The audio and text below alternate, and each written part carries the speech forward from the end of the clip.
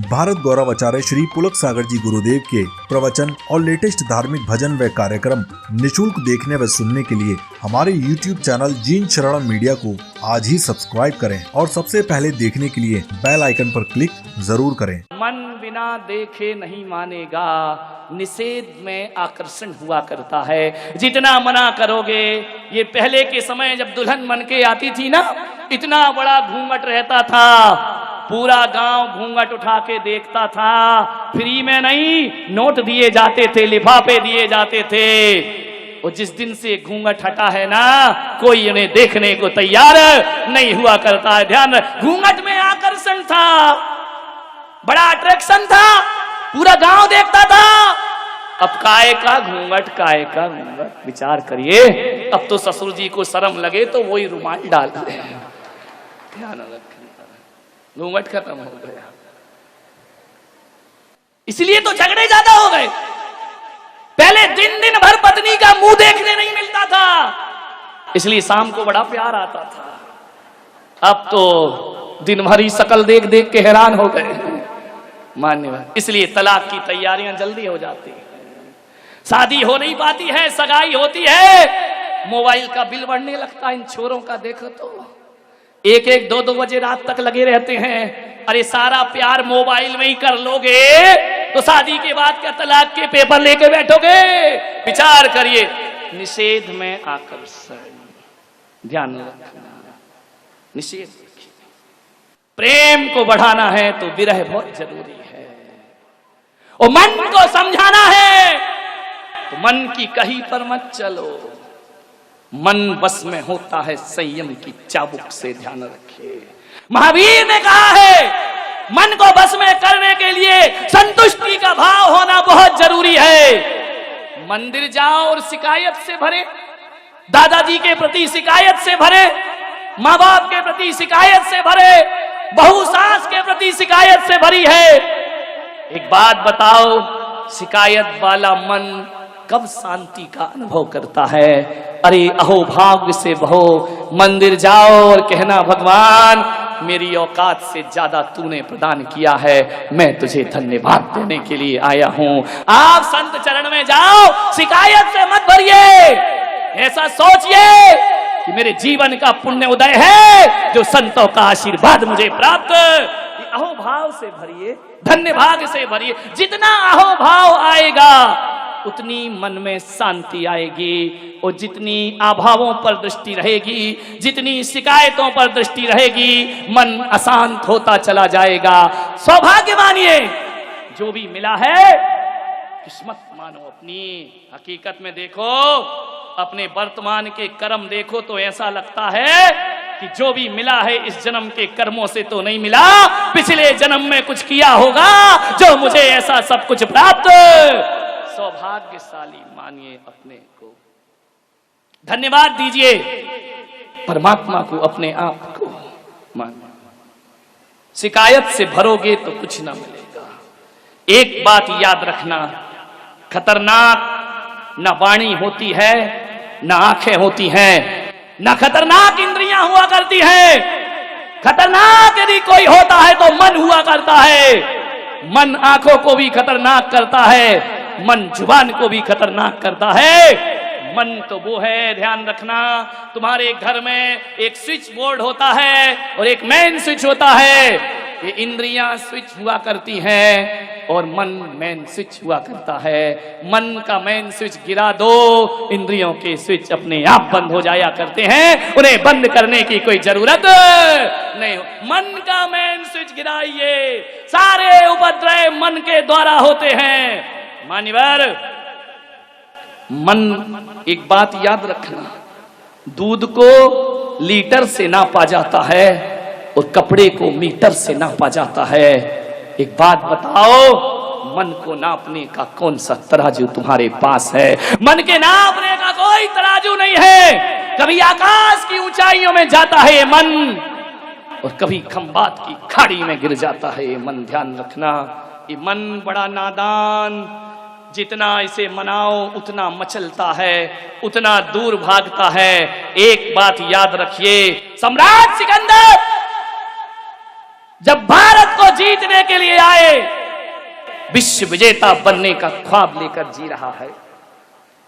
किसी व्यक्ति ने यूनान से आते समय कहा कि सम्राट, भारत जा रहे हो, क्या लेकर आओगे? सम्राट ने कहा, भारत सोने की चिड़िया है, वो सारे सोना भारत से लेकर मैं यूनान में आ जाऊंगा, भारत को लूट कर लाऊंगा। किसी वृद्ध ने कहा कि सम्राट, भारत से केवल सोना लेकर मत आना, भारत जा रहे हो तो दुनिया के सभी देशों के पास सोने चांदी मिल जाएंगे, भारत से तो वहां का अध्यात्म लेकर के आना, क्योंकि जो अध्यात्म भारत के पास है वो दुनिया में किसी के पास नहीं हुआ करता है। सम्राट आया, भारत को लूटा,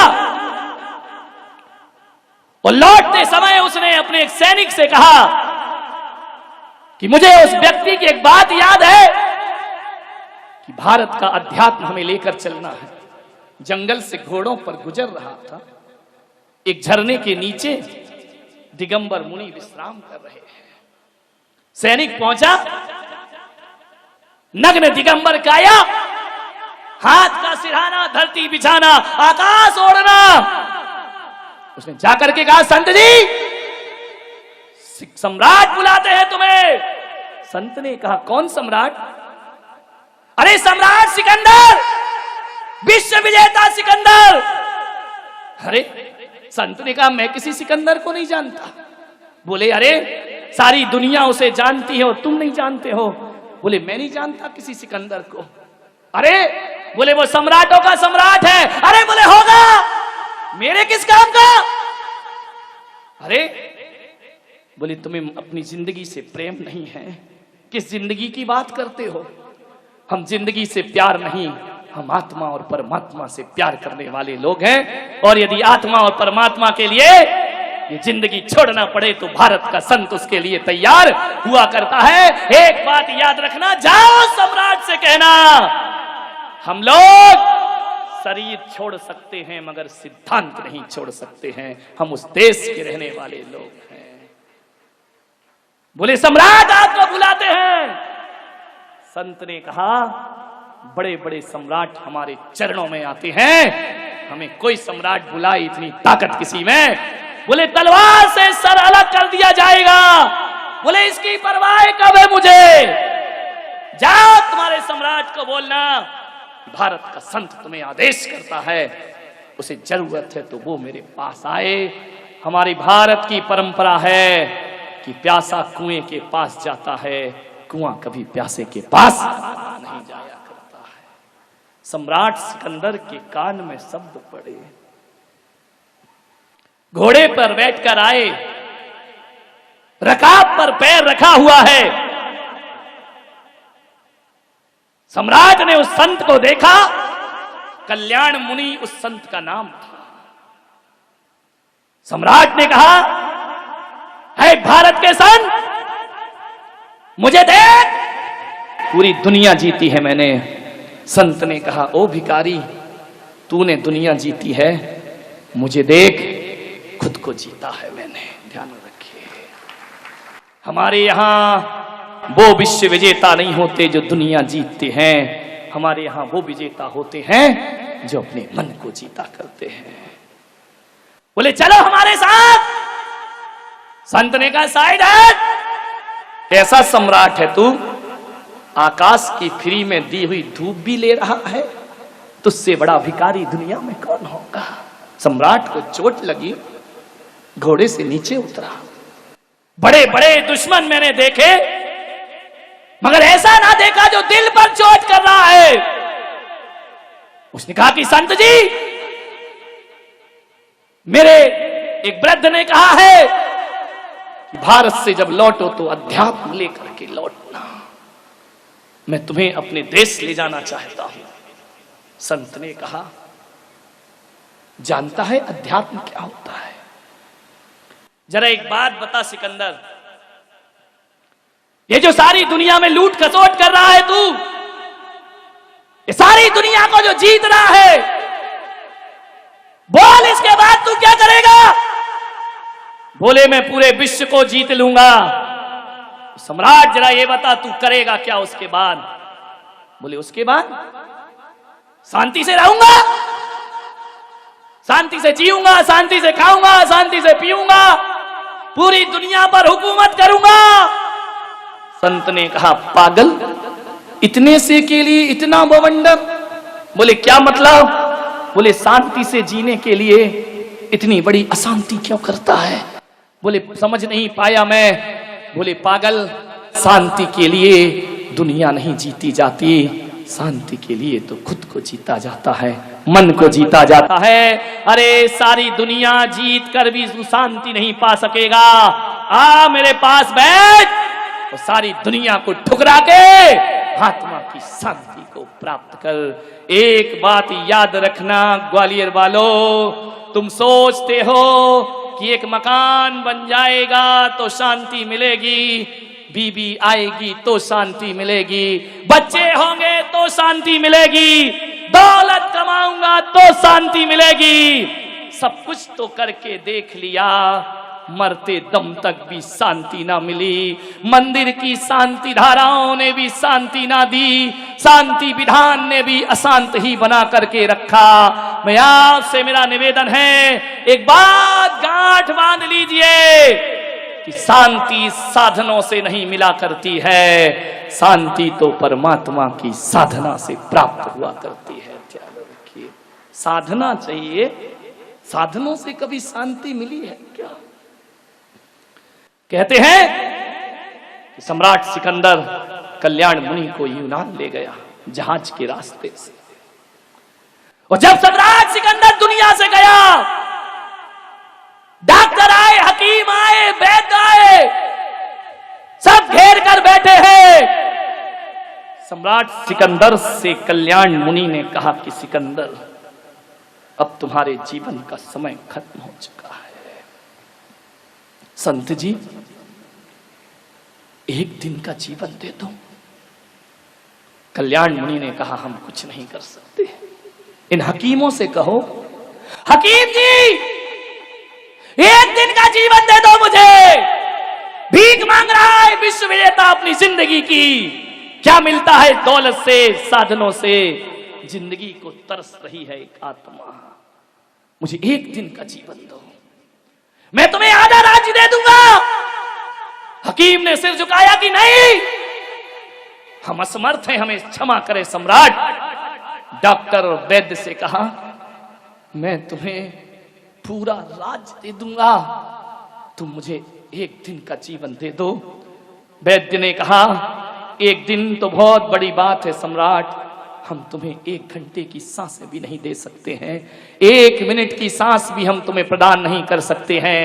कोई मुझे जीवन नहीं दे सकता है, तो फिर मैंने ये दुनिया क्यों जीती है?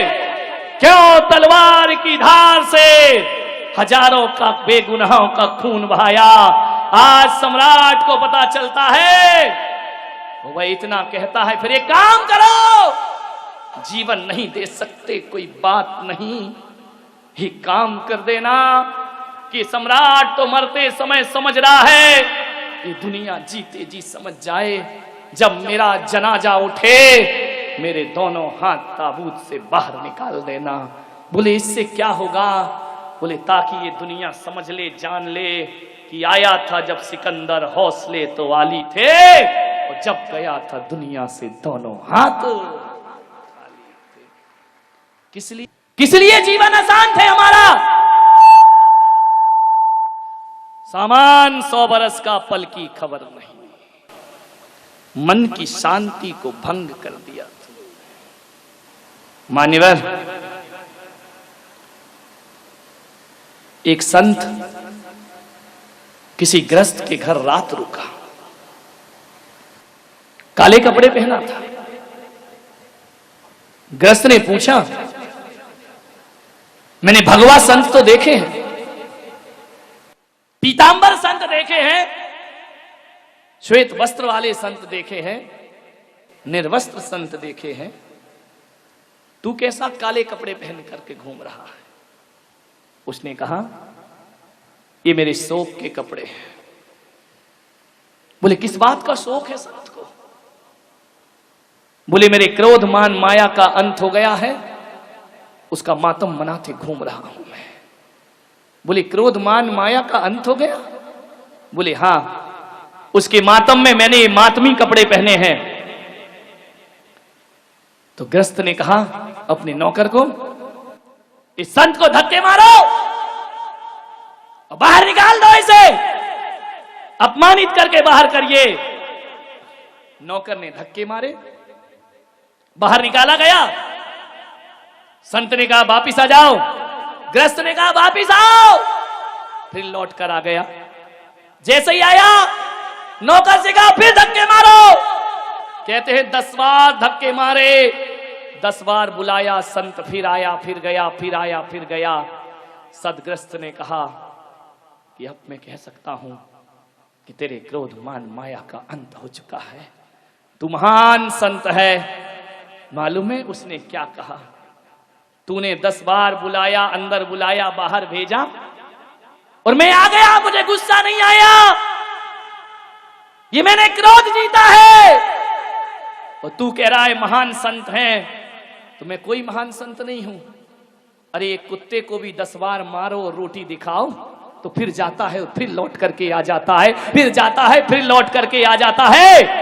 अरे मैं बार बार आ गया तो कोई बड़ा काम नहीं किया, ये काम तो एक कुत्ता भी अपने जीवन में कर लिया करता है। इसमें कौन सा बड़ा काम कर दिया, इसमें कौन सा महान जीवन हो गया मेरा। मान्यवर, कुत्ते को दुत्कारो तो भागता है और कुत्ते को पुचकारो तो पास में आ जा। ऐसा ही मेरा जीवन है। तुमने धक्के मारे तो मैं चला गया और तुमने प्यार से बुलाया तो मैं लौट करके वापिस। ये होती है जीवन की शांति। मान्यवर, संत तुकाराम की पत्नी बड़ी झगड़ालू, इतनी झगड़ालू कि जब वो खाने को बैठे तो थाली फेंक दे उनके ऊपर। तुकाराम कुछ नहीं, चुपचाप शांति से भोजन करते जाएं। एक दिन इतनी गुस्से में आई कि ठंडी के दिनों में उस पत्नी ने मटके का ठंडा पानी तुकाराम की सिर से डाल दिया। तुकाराम ने कहा अभी तक तो मैं समझता था कि मेरी पत्नी ज्वालाबाई है, आज पता चला कि ये शांतिबाई भी बना करती है। ध्यान रखिए मान्यवर, बहुत कठिन काम है, प्रयास करें। एक व्यक्ति मेरे पास आया, बोले महाराज मैं सन्यास लेना चाहता हूं। तो मैंने कहा देर किस बात की है, अब तू सोच क्या रहा है, इतने अच्छे भाव बने हैं, चल साथ में। बोले महाराज जब तक प्रवचन सुनो लगता है सब छोड़ो। तो मैंने कहा बस उसी दिन छोड़ दे। बोले मन तो बहुत है कि मैं सन्यास ले लूं। तो मैंने कहा ले क्यों नहीं रहा है, मन को देखो कितना चंचल है। बोले महाराज आज जब मैं घर से आ रहा था पत्नी ने 3 बार हाथ पकड़ा, तुम सन्यास मत ले लेना, मैं मना कर रही हूं तुमको, महाराज के पास खूब जाओ लेकिन महाराज के साथ मत जाओ, ध्यान रखना। बोले महाराज मेरी इच्छा बहुत है, पत्नी राजी नहीं है, वो रोकती है। और एक दिन आपने अपने प्रवचन में कहा था कि किसी का दिल दुखाना पाप है, तो किसी से बड़ी तो मेरी पत्नी है, ये सोच करके मैं नहीं ले पा रहा हूं कि मैं उसका दिल कैसे दुखाऊं, क्योंकि आपने कहा दिल दुखाना हिंसा है, दिल दुखाना पाप है, मैं ऐसा पाप कैसे कमा सकता हूं, लेकिन मन बहुत है। वाह रे बेईमान आदमी। मैंने कहा सन्यास तो रख तू एक तरफ, सन्यास की बातें तो अपन बाद में करेंगे, जरा एक बात बता, तेरी पत्नी और कौन कौन सी बातों से राजी नहीं होती है, सन्यास से तो राजी नहीं है, चल मैं मानता हूं, और कौन सी बातें हैं जिनसे तेरी पत्नी खिलाफ है। बोले ऐसी तो कई बातें हैं। मैंने कहा फिर भी, बोले वो कहती है सिगरेट मत पियो, वो कहती है फिल्म देखने मत जाओ, वो कहती है दिन भर किताबें मत पढ़ो, वो कहती है यार दोस्तों के साथ ज्यादा देर रात तक वापस ना लौटो। तो मैंने कहा बोल तेरी सिगरेट छूट गई? बोले नहीं छूटती नहीं, बहुत कोशिश करता हूं। तो मैंने कहा पागल तू उसका दिल दुखा रहा है, हिंसा का क्या होगा, बोल पाप लगेगा या नहीं लगेगा। संन्यास लेने में उसका दिल दुखेगा। सिगरेट पीकर दिल दुखाए जा रहा, सिगरेट फूके जा रहा है। अरे उस समय तो सोच, हिंसा लग रही है, पाप हो रहा है। बोल, झूठ बोलने को पत्नी मना करती है। मैंने कहा झूठ बोलना छोड़ दिया? बोले नहीं छोड़ा। तो मैंने कहा पागल, पत्नी तो कई चीजों को मना करती है, लेकिन तेरी समझ में एक सन्यासी आया कि उसने मना किया और मैं ले लूंगा तो दिल दुखेगा। अरे सिगरेट में भी दिल दुखता है, तू जो आवारा गर्दी करता है। विचार, ये मन की चालाकियां तो देखो, कैसे सन्मार्ग से बचाता है अपने आप को। मैंने कहा केवल सन्यास का दुख नहीं देना चाहता तू, बाकी सारे दुख उसके हवाले तूने कर रखे हैं। अरे सोच तो, विचार तो कर। मन बड़ा चंचल है, सन्मार्ग से पीछे जाता है, सन्मार्ग से घसीटता है हमें। कितने तर्क निकाल लेता है मन, विचार करिए। महाराज, मुझे आपसे बात कहना तो नहीं चाहिए, फिर भी कह रहा हूं, बुरा मत मानना। बात तेरे के मानूंगा तो मानूंगा, तू बोल दे जो बोल रहा है।